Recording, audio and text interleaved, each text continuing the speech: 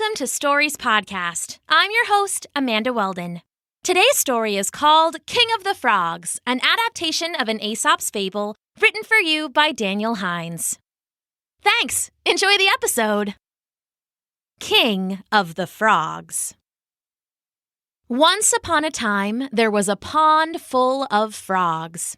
They laid on every log and sat on every stone. There were jumpy frogs and lumpy frogs, muddy frogs and cruddy frogs. There were little itty-bitty frogs, and there were frogs so big they had legs like drumsticks. There were frogs of every size, shape, and color, and plenty of flies to go around. The frogs spent their days in easy pleasure around the pond. They would eat all those flies with their leaping tongues. They would lay themselves on the flat rocks and bask in the sun. They would swim in happy laps in the water until they were so tired that they stretched out under an old stump to sleep. Still, some of them weren't content. They'd seen the birds in the sky flying in a V, all behind a leader. They'd seen the wolves in their packs, all following an alpha. They'd even spied on regal cats, all bowing to one more regal than the rest. "My king! That's what we need!" bellowed an old bullfrog one lazy afternoon. To be honest, all afternoons around the pond were lazy, but this one was especially so. "A king would get this lousy lot into shape. Rabbit!" The bullfrog croaked to emphasize his sentence, and some of the other frogs muttered their agreement. They were a grumpy group, most content when complaining, and they resented the other frogs for loudly having fun all day. "What, are you crazy?" asked a warty woman. "We do whatever we want all day. What in the world would you want a king for? And it could also be a queen, just for the record." "Look at the birds, always flying in the same direction. Look at the wolves, always hunting as a pack. Look even at the cats, sharing their prey with their leader. And look at this lot." The bullfrog waved at the pond. Frogs were splashing each other and laughing. They were playing tag on the rocks and tumbling into the waters. They were dunking each other under and coming up sputtering under lily pads. It was chaos, but a joyful, wide-smiling kind of chaos. "They look happy," said the warty one. "What's wrong with them?" asked a tree frog. "If they had some proper leadership, they'd be living the right way. They're a bunch of punks," the bullfrog bellowed, and his growing crowd agreed. "Odious. Orderless. Odorless." "They need to be led the right way," the bullfrog finished. "Oh, okay. And what, pray tell, is the right way?" asked the warty one. "Enlighten us." "Our way," the grumpy group growled, and they all croaked together. "Your way?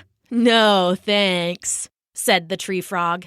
"You do you, man, and we'll do us. And no one has to tell anyone what to do." At this point, unnoticed by the frogs, they had drawn the attention of the spirit of the swamp. She was a mischievous sprite, known to play jokes on the animals that lived in her mucky little kingdom. They couldn't see her, of course, but she was there, and she was listening. "What is with all this leader stuff?" the warty one said seriously.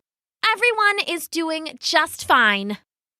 "A good king is a good thing," the old bullfrog said, and others chimed in behind him. "Oh, that's a good point." "A good king is a good thing." "It rhymes, it must be true." I don't get why it needs to be a king. A queen would do the same thing." "Good king, good thing. Good king, good thing."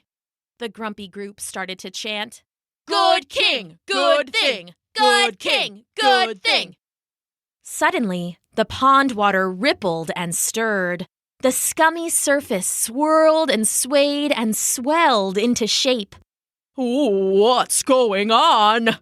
blubbered the bullfrog. Oh man, it's a ghost, chattered the tree frog. The water rose and formed into the shape of a woman, the scummy moss her flowing gown. I'm not a ghost, but the spirit of the swamp.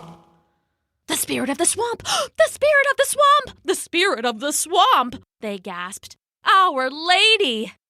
She laughed, spinning merrily in the air and spraying water drops. So, she said, still spinning, I hear you want a king.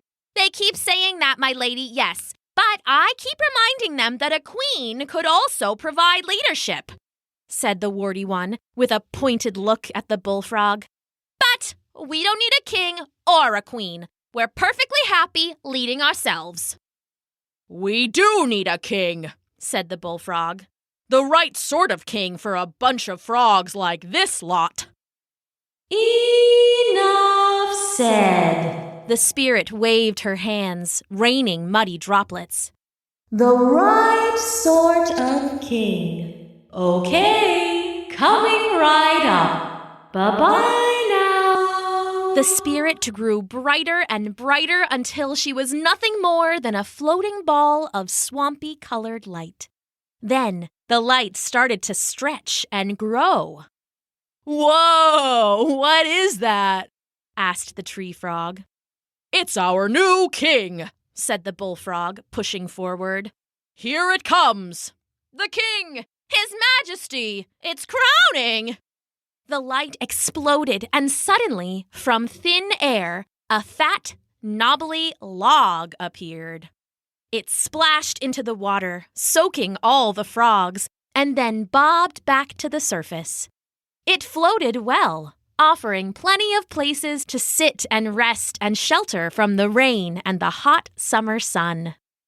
The warty one laughed, and so did the tree frog and their friends.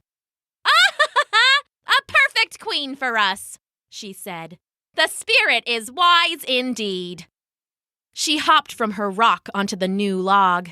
It was soft with moss and smelled like rich, earthy fungus. A perfect place to rest. Hey, that's no way to treat a king, the bullfrog and his grumpy group croaked, but they were ignored.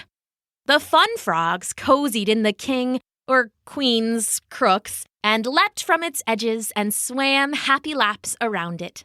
They laughed so hard their big rubbery cheeks hurt, and then they fell asleep burrowed in its bark.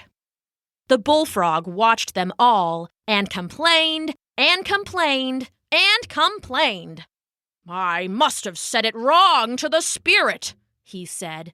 This log, this isn't the sort of king we need. Look at that lot over there, splashing and splishing and yelling. They need someone who can get them to fall in line. And stay in line. And quiet down. And stay in line. A good king is a good thing. It's a good thing. Oh, friends, you know it's true. 'Cause a good king will with him bring a more orderly worldview. What Froggy doesn't crave structure. Obeying rules and laws is like no other. We need a king who then can govern these frogs into shape. Not just a log. A king will get us into shape. The other frogs heard them complain and laughed at the grumpy group, but the spirit heard it as well. She had given them what they'd asked for, the leader they needed, but apparently it wasn't enough for them. Okay, her voice said, coming from the water itself to talk to the old bullfrog and his friends. You want a king that will take charge. Yes, we do. You want a king that will get those lazy laughers in line. Absolutely. You want a king that is mightier than any normal frog. Yes, please, yes. Okay then. Remember, you asked for it. Suddenly, there was a dark shadow cast over the grumpy group of frogs. "What's that?" one asked, way up in the air. The shadow grew larger as whatever it was approached from the sky. "It's our new king," said the bullfrog. "The spirit has brought us the king we deserve." He didn't know how right he was. A second later, the shadow landed before them and spread its wings. It wasn't a king, but a bird, a massive crane with an elegant neck and a long, hungry beak. One of the grumpy frogs hopped up to it and bowed low. "Greetings, my liege." The crane squawked, bent down, and swallowed the frog whole. Oh no!" cried the bullfrog. The crane turned and let out a cry that sounded like a T-Rex roar to the poor little frogs. It launched forward and gobbled up another of the group before the rest scattered in every direction. "Run!" they cried. "Everyone, run!" The crane darted among them, swallowing the grumpy group of frogs one by one until only the bullfrog was left. He managed to jump inside the floating log the spirit had sent and wedged himself way in the back. "Go away!" he shouted. "Don't eat me!" The bird balked and bore its beak in further, snapping bare inches from the bullfrog's saggy lips. "Stop! Stop!" he cried, and then the water next to him formed a face. Oh, isn't this what you asked for? The spirit asked, even as the crane screamed and pecked harder, ripping free a piece of old wood and nearly biting the bullfrog in two. Isn't this the king you wanted? "No, please!" The bullfrog whimpered, pressing his bulky body into the water, trying to avoid the screaming crane beak as it snapped at him over and over. But they're strong, they're sure, and they punish lazy frogs. The crane finally smashed in and grabbed the bullfrog in its beak. "No!" he cried. "No, we don't need a king! We don't need a king!"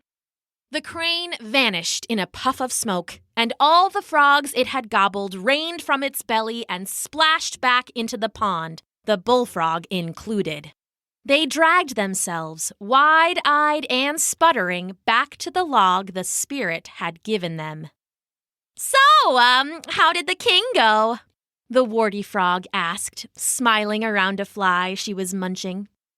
"Well, wouldn't you know it, but we've come around to your way of thinking," the bullfrog said. "This here log will make a perfect king of the frogs." "Right, except, queen of the frogs," said the warty one. "Queen, king, either way is fine," the bullfrog mumbled.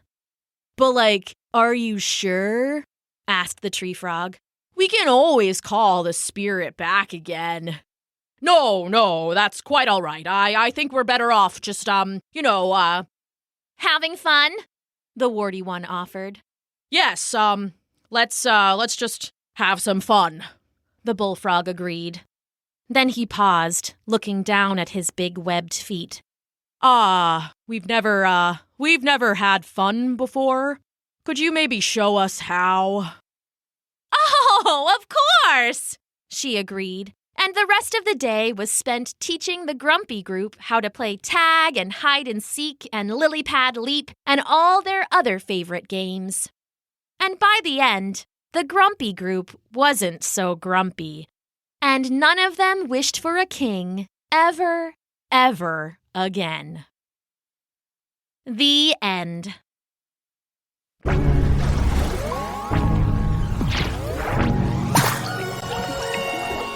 Thanks for listening.